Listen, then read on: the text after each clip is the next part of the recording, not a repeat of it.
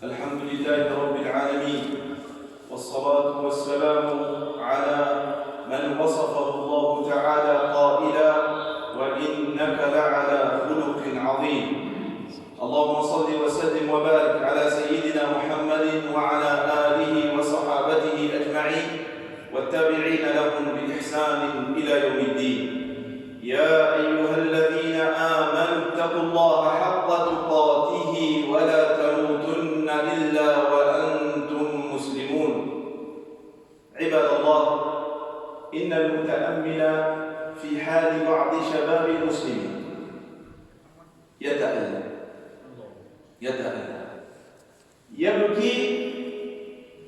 يبكي من قلبه. Chers musulmans et musulmanes, une partie de notre jeunesse, je dis bien une partie de notre jeunesse, souffre et nous fait souffrir. Elle souffre parce qu'elle vit dans un tourbillon. Elle vit dans un système, elle est entrée dans ce système et elle a du mal à s'en sortir. Et elle nous fait souffrir, nous. Pourquoi? Parce que nous aimerions voir nos jeunes profiter de ce moment exceptionnel qu'est la jeunesse, dans tout ce qui est bon pour eux et pour autrui, les études, le travail, utiliser l'énergie dans ce qui est bon, afin de mériter une place exceptionnelle يوم القيامة. النبي صلى الله عليه وسلم حث الشباب على الطاعة لما ذكر في الحديث المشهور أن من الأنواع التي تكون تحت ظل عرش الرحمن، ذكر النبي صلى الله عليه وسلم شابا نشأ في عبادة الله. Donc cette jeunesse, si elle saisit cette opportunité, elle aura une récompense exceptionnelle le jour de la résurrection, comme nous l'apprend le prophète sallallahu alayhi wa sallam. Ce jeune-là fera partie de celles et ceux qui seront sous l'ombre du trône d'Allah Azza wa Jal, ce jour où il n'y aura aucune ombre à part celle-ci. Et lorsque nous avons un problème, nous devons être responsables. Et nous devons résoudre ce problème. Nous ne devons pas nous jeter la balle. Qui est responsable? Nous sommes tous responsables. Les parents en premier, l'État, les imams, les mosquées, les centres, les personnes qui ont des compétences et qui ne pensent qu'à gagner de l'argent dans leur vie et qui ne pensent jamais à la communauté, ceux-là aussi sont responsables. La sagesse veut que lorsqu'il y a un problème, il faut le régler. Bien sûr, il faut étudier les causes pour pouvoir avoir de réelles perspectives de solution. Mais il ne faut pas trop s'attarder sur les causes.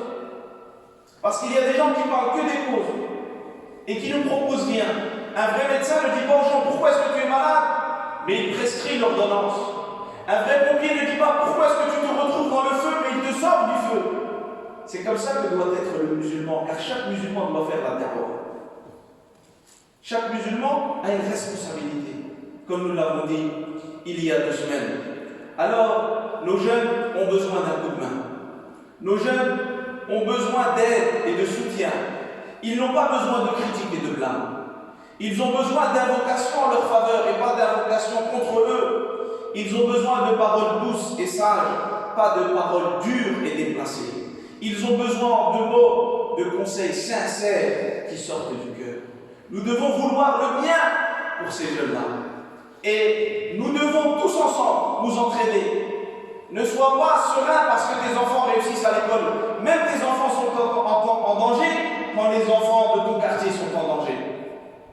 Il se peut tout simplement qu'un jour il dise à ton fils ou à ta fille, viens avec nous, viens vendre de la drogue avec nous, tu gagneras mieux ta vie. Alors tu dois vouloir un bien pour l'ensemble des jeunes, l'ensemble de la jeunesse. Et nous devons tous nous entraîner leur faire la da'wah. La da'wah, ce n'est pas la responsabilité que de l'imam, c'est une erreur de compréhension. Tout le monde doit faire la da'wah. Bien sûr, avec le savoir, avec la sagesse. Il y a la da'wah de la parole et il y a la da'wah de samita. La da'wah muette. Un sourire. Lorsque vous passez à côté de ces jeunes et un sourire, ne les regardez pas de travers. Ils ont besoin d'un sourire. Ils ont besoin que tu invoques Allah pour qu'ils sortent de ce tourbillon. Ce n'est pas facile. Quand je dis ce n'est pas facile, je ne leur donne pas des excuses. Et c'est pour comprendre leur situation. Khalid ibn al-Walid a tué beaucoup de musulmans. Il a fait beaucoup de mal à l'islam. Il tuait des gens, Et à un moment, lorsqu'il a voulu venir à Al-Madinah al-Munawwara rencontrer le prophète sallallahu alayhi wa sallam, il était gêné. Comme ces jeunes sont gênés quand tu viens à la mosquée. Ils te voient, ils sont gênés, ils aimeraient venir. Des fois, ils te disent, Akhi, fais-nous une invocation. Faites dua pour nous, Akhi. Faites dua, Cheikh, ne nous oublie pas. Ils sont gênés. Qu'a fait le prophète sallallahu alayhi wa sallam? Il n'a pas rappelé à Khalid ses torts. Ils sont énormes. Khalid ibn al-Walid, lisez le hadith, va décrire le sourire du prophète sallallahu alayhi wa sallam. Lui, il était gêné. Et le prophète sallallahu alayhi wa sallam va l'accueillir avec un sourire. Avec ce sourire, il a gagné ses cœurs. Avec le comportement, nous pouvons gagner les cœurs de nos jeunes. Et si nous gagnons leur cœur, lorsque nous allons leur parler, ils vont nous écouter. وهذه مسؤوليتنا. ومن أعان شباب المسلمين أعانه الله تعالى مصداقا لقول النبي صلى الله عليه وسلم من كان في حاجة أخيه كان الله في حاجته. Et si tu aides la jeunesse musulmane pour qu'elle s'en sorte, il faut la tirer de ce tourbillon. Allah Azza wa Jalla va t'aider.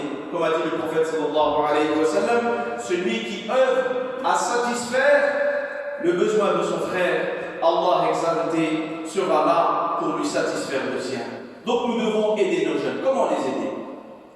Nous devons les aider avec la parole douce, avec le sourire. Il faut prendre de nouvelles décisions. Arrêtons de croire que la mosquée peut tout faire. La mosquée ne peut pas tout faire. Il faut qu'il y ait des associations avec des psychologues, avec des spécialistes qui vont penser, qui vont faire des tables rondes pour sortir nos jeunes, cette poignée de jeunes qui se retrouvent partout en France et qui vendent des drogues et qui tuent les gens. Il faut que des gens réfléchissent. Il faut qu'il y ait des associations.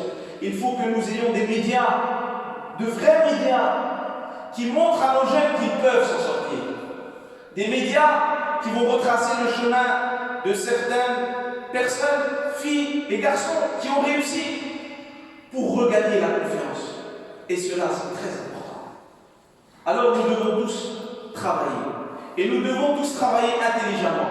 Il faut tout d'abord, en plus d'une bonne intention, faire en sorte que nos jeunes s'éloignent de tout discours qui crée un fossé entre eux et la société. Peu importe la nature de ce discours. Écoutez bien ce que je dis. Il y a des politiciens. Il y a des artistes, notamment des rappeurs. Il y a des religieux, des chouyours, qui donnent des avis qui font que nos jeunes s'éloignent de la société. Ils se sentent mal à l'aise. Ils se sentent mal à l'aise, ils ne se sentent pas bien. Donc ils ne peuvent plus s'investir dans la société. Tous ces avis-là, il faut les mettre de côté. Le prophète sallallahu alayhi wa sallam, dans sa vie, n'a jamais cherché à creuser un fossé entre lui et les gens de la société.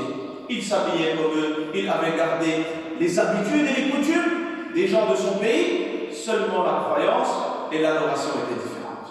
Alors, chers frères, honorables sœurs qui nous regardent, il faut que nous prenions conscience. C'est, à mes yeux, le défi le plus important de la communauté musulmane en France. Il faut que nos jeunes réussissent, les filles et les garçons. Et dua ne suffit pas. La dua, ça ne suffit pas. Il faut œuvrer, placer notre confiance en Allah Azza wa Jal, puis faire la dua. أقول قولي هذا وأستغفر الله لي ولكم ولسائر المسلمين من كل ذنب فاستغفروه إنه هو الغفور الرحيم.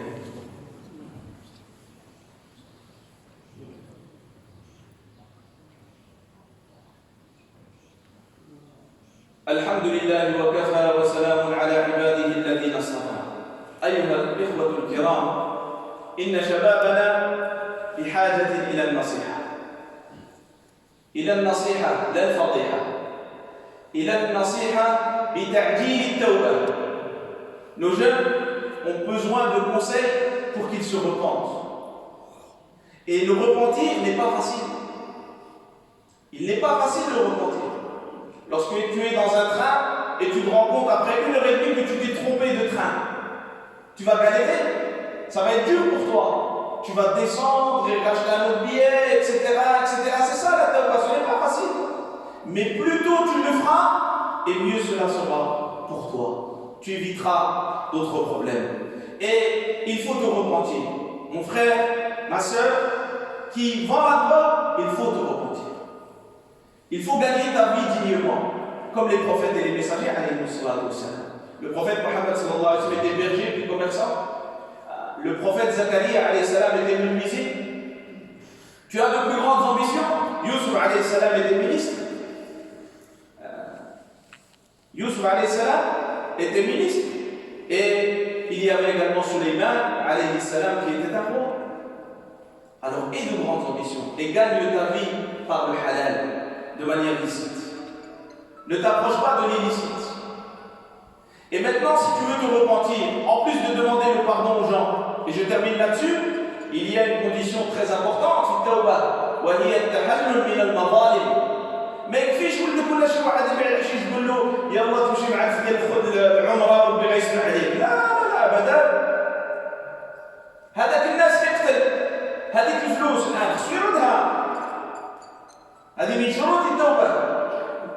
Il y a des conditions. Certains jeunes pensent qu'ils vont arrêter, ils vont venir avec l'imam à l'Umrah et Allah va leur pardonner leurs péchés. Non, il faut que tu répares tes préjudices. Il faut que tu répares les torts que tu as causés dans la société. Tu as tué des gens, tu as bousillé des familles entières à cause de la drogue. Combien de gens ont divorcé à cause de la drogue? Combien de gens achètent la drogue et ils n'achètent pas les courses à leurs enfants? Combien de gens à cause de toi achètent et payent la drogue et ne payent pas leur loyer? Tu as mis des vies en danger, tu as tué des gens. Alors maintenant, cet argent, tu dois le rendre. Si tu connais la personne à qui tu as vendu de la drogue, il faut lui rendre. Pourquoi? Parce que cette transaction commerciale est invalide dans l'islam car tu as vendu quelque chose qui est haram. Mais ça, c'est difficile. Il y a des jeunes qui vendent depuis des années. Que doivent-ils faire? Les ulama disent ils doivent donner cet argent à des associations qui permettent de combattre la drogue dans la société. Parce que le prophète sallallahu alayhi wa sallam a dit وَأَتْبِعِ الْحَسَنَةَ السَّيِّئَةَ تَمْحُهَا. Fais suivre le péché par la bonne action et cette bonne action va l'effacer. Les savants ont dit وَهَذِهِ الْحَسَنَةَ لَا تَمْحِ السَّيِّئَةَ إِلَّا إِذَا كَانَتْ مِنْ جِنسِهَا. Pour que cette bonne action efface le péché, il faut qu'il soit du même genre. Tu as causé la mort de certaines personnes en vendant de la drogue. Maintenant, il faut que cet argent, tu le donnes à cette association qui va préserver la vie des gens. Tu avais tué des vies. Maintenant, il faut que cet argent, tu t'en débarrasses. Et si tu ne sais pas, tu fais une estimation et tu le donnes à ce genre d'association. Et si tu n'arrives pas à te repentir, change de quartier, change de ville, déménage. Et n'aie pas peur. Tes parents sont venus d'Afrique et d'Asie. N'aie pas peur, sois courageux. Des fois, les copains et l'ambiance du quartier fait que certains jeunes tombent et retombent et n'arrivent pas. Le prophète sallallahu alayhi wa sallam nous a appris cela. Des fois, il faut changer d'ambiance. Et il y a beaucoup d'expériences. Beaucoup de jeunes qui, lorsqu'ils ont quitté leur quartier, ont changé. Parce qu'ils ont changé d'amis, ils ont changé d'ambiance. Et cela leur a permis une évolution positive. Et c'est à ça que fait référence le prophète sallallahu alayhi wa sallam dans le hadith de celui qui avait tué 99 personnes dans une autre communauté. L'homme sage, de savoir, lui a demandé de changer de place. Alors aidons nos jeunes.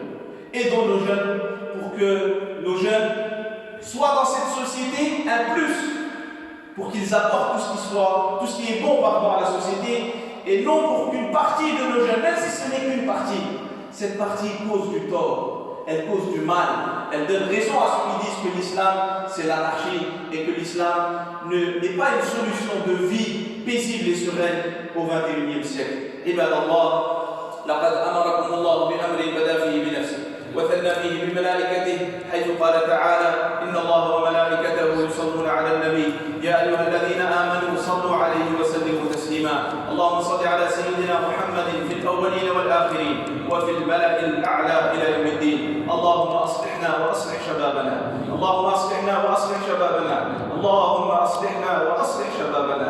اللهم حقق بالزيادة آمالنا. اللهم حقق بالزيادة آمالنا، واقم بالعافية غدونا وآصالنا، واصب سجال عفوك على ذنوبنا، ومن علينا بإصلاح عيوبنا، واجعل التقوى زادنا، وفي دينك اجتهادنا، وعليك توكلنا واعتمادنا. اللهم ثبتنا على نهج الاستقامة، وعدنا في الدنيا من موجبات الندامة يوم القيامة. خفف عنا ثقل الأوزار، وارزقنا عيشة الأبرار، واكفنا واصرف عنا شر الأشرار، واكفنا واصرف عنا شر الأشرار، واكفنا واصرف عنا شر الأشرار. اللهم من أراد بهذا المسجد خيرا فوفقه لكل خير، ومن أراد بهذا المسجد سوءا فاشغله بنفسه، فاشغله بنفسه. بعض الناس هداهم الله هذه الأيام كيشوفوا بالبلاش اليوم. بعض الناس يقولوا بدي احنا المسجد غادي نسكروا كذا. يا أخي يا أخي يا أخي اسمحوا لي على هذا الكلام. الراجل فينا يربي آل بيته، الزوجة نتاعو والأولاد نتاعو. إذا كملتي أجي عند المسجد، شوف الأسرة نتاعك أولا. Certains frères, c'est aussi à cause de l'organisation, à cause des problèmes internes, etc. Ils disent on va fermer la mosquée. Et après, tu n'as rien à faire. Tu n'as pas une femme et des enfants. Crains Allah. Crains Allah. Car c'est la maison, pas d'Abd al-Hakim, ou de tel frère ou de tel frère. Non, c'est la maison d'Allah. Repends-toi. Tu n'es pas obligé d'aimer l'association et de leur faire des câlins. Mais tu dois respecter la maison d'Allah. Tu dois respecter la maison d'Allah. Et s'il y a une chose qui ne va pas, tu peux parler avec sagesse, avec modération. Mais de là de dire, je vais fermer la maison d'Allah, fais attention mon frère. Faites très attention. Wallahi al-Azim, j'ai vu de mes yeux des gens dire des paroles sincères. Wallahi al-Azim, ils sont tombés dans des pièges catastrophiques. Alors, soyons éveillés. Le musulman doit être éveillé. Celui qui veut faire du mal, nous lui disons, mon cher frère, occupe-toi de toi, de ta femme et de tes enfants. Si tu as fini, viens voir l'imam, il va te donner d'autres projets. Si tu n'as rien à faire, moi j'ai beaucoup de projets. J'aimerais que les musulmans s'investissent dans les médias, dans beaucoup de choses. Moi je vais te donner, Inch'Allah, beaucoup de projets. Et si tu ne t'arrêtes pas, rappelle-toi quand tu lis Alam tara kayfa fa'ala rabbuka bi ashabil fil. Rappelle-toi cette sourate, tu la connais certainement. Rappelle-toi comment Allah s'est chargé de cet homme qui avait le pouvoir, toi tu n'as pas le pouvoir, et qui avait une armée, toi tu n'as pas d'armée. Allah lui a envoyé des petits oiseaux. Tu es un homme méprisable. Tu veux t'en prendre à la mosquée, tu crois que tu es un homme? Tu es méprisable et ton idée est méprisable. Nous t'envoyons de petits oiseaux qui vont te détruire et détruire ton armée. Subhana rabbika rabbil izzati amma yasifun, wa salamun ala al-mursalin, walhamdulillahi rabbil alamin.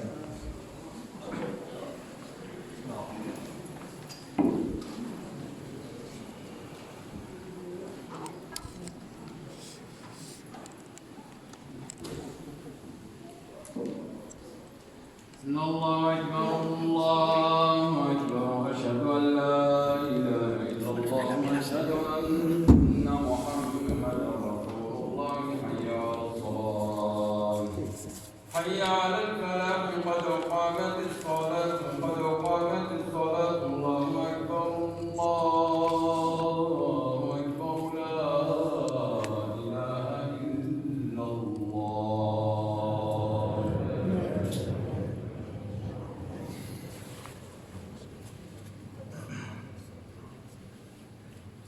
الله أكبر.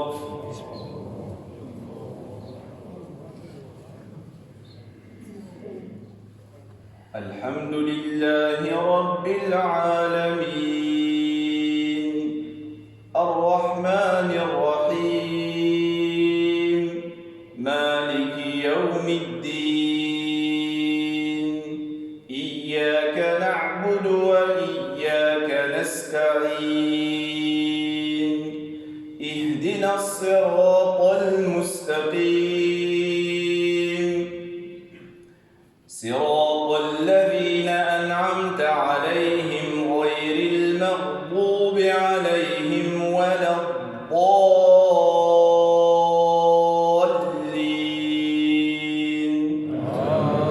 آمين. يا أيها الذين آمنوا أنفسكم وأهليكم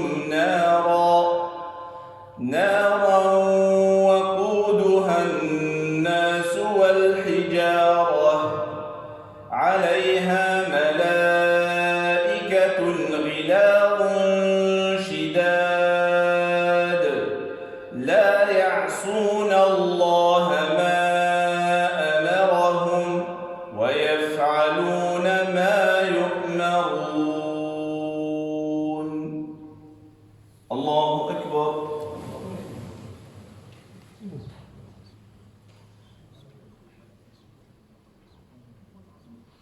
سمع الله لمن حمده. الله أكبر.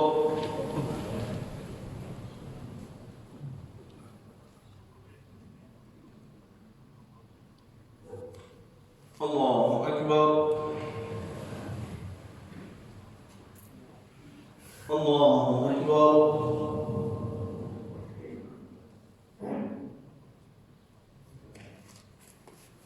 الله أكبر. الحمد لله رب العالمين الرحمن الرحيم مالك يوم الدين إياك نعبد وإياك نستعين اهدنا الصراط المستقيم صراط الذين أنعمت عليهم غير المغضوب عليهم ولا الضالين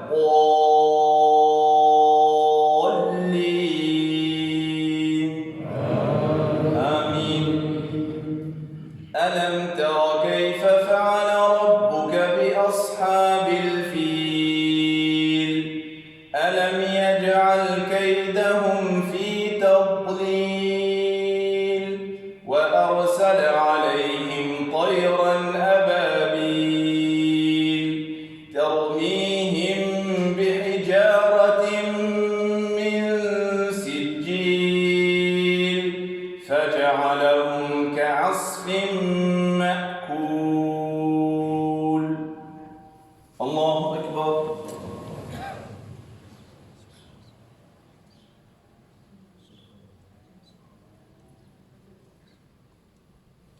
سمع الله لمن حمده. الله أكبر.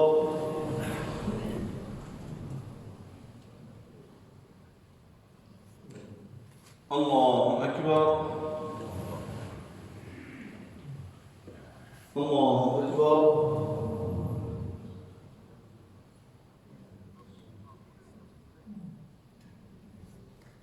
الله أكبر.